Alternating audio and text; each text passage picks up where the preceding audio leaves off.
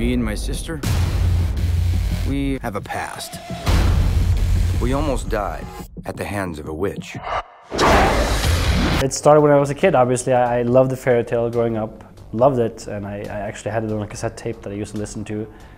And it just stayed with me for a long time. I went to film school in Australia. This is the first time I remember pitching it to somebody or telling me about the idea. We had a class where it was basically a pitching class, and the teacher pretended to be a Hollywood producer, and you have 1 minute to sell an idea.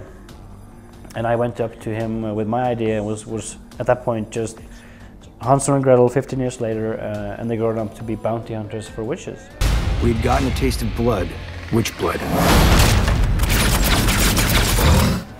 And my teacher told me, Tommy, you should never speak of this idea again until you're in front of a Hollywood producer, and I guarantee you will sell it.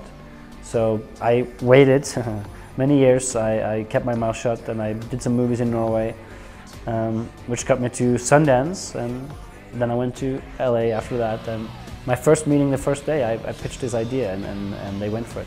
You're the writer, you're the director, and how much control did you have with the casting and stuff? Jeremy was, for example, I saw the Hurt Locker on the plane over to LA when we were about to cast the movie, and I landed and I said to them immediately, we have to get this guy.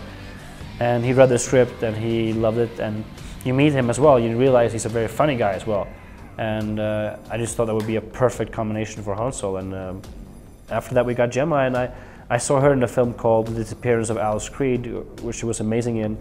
And of course, but when you cast a brother and a sister, you got to make sure that they get along because it's got to feel natural. But they met and they loved each other and they clicked from the very first moment. So I couldn't be more happy. They even look a little bit like each other, I think. Yeah, that's what Jeremy said. Yeah. They do look a little bit. This movie, I think it's really smart, the use of the 3D. I find myself jumping some of those. Yeah, so how hard was it? Was it really challenging? It's a little challenging shooting with 3D cameras just because it takes so long. It slows everything down. But I do think the 3D is very helpful when it comes to a movie like this, where you're making a fairy tale world and you want people to be pulled into that world. I really think it can help. And also, like you said, in this type of movie with our tone and our sense of fun, we can also do cool things with the 3D. You don't have to hide it, you can have fun with it, which we try to do. I see you got my invitation. I have my sister.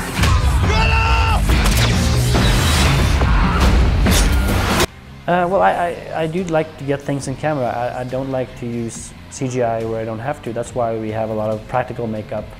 And of course we have a troll that is animatronic. He's not CGI.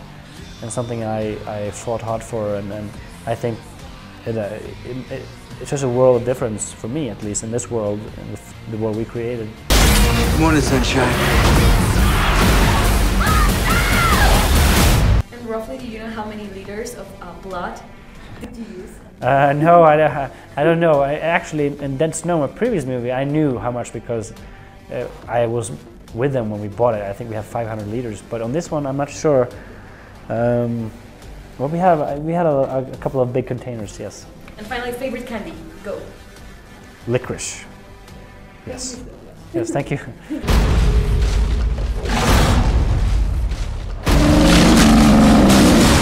gotta be kidding me.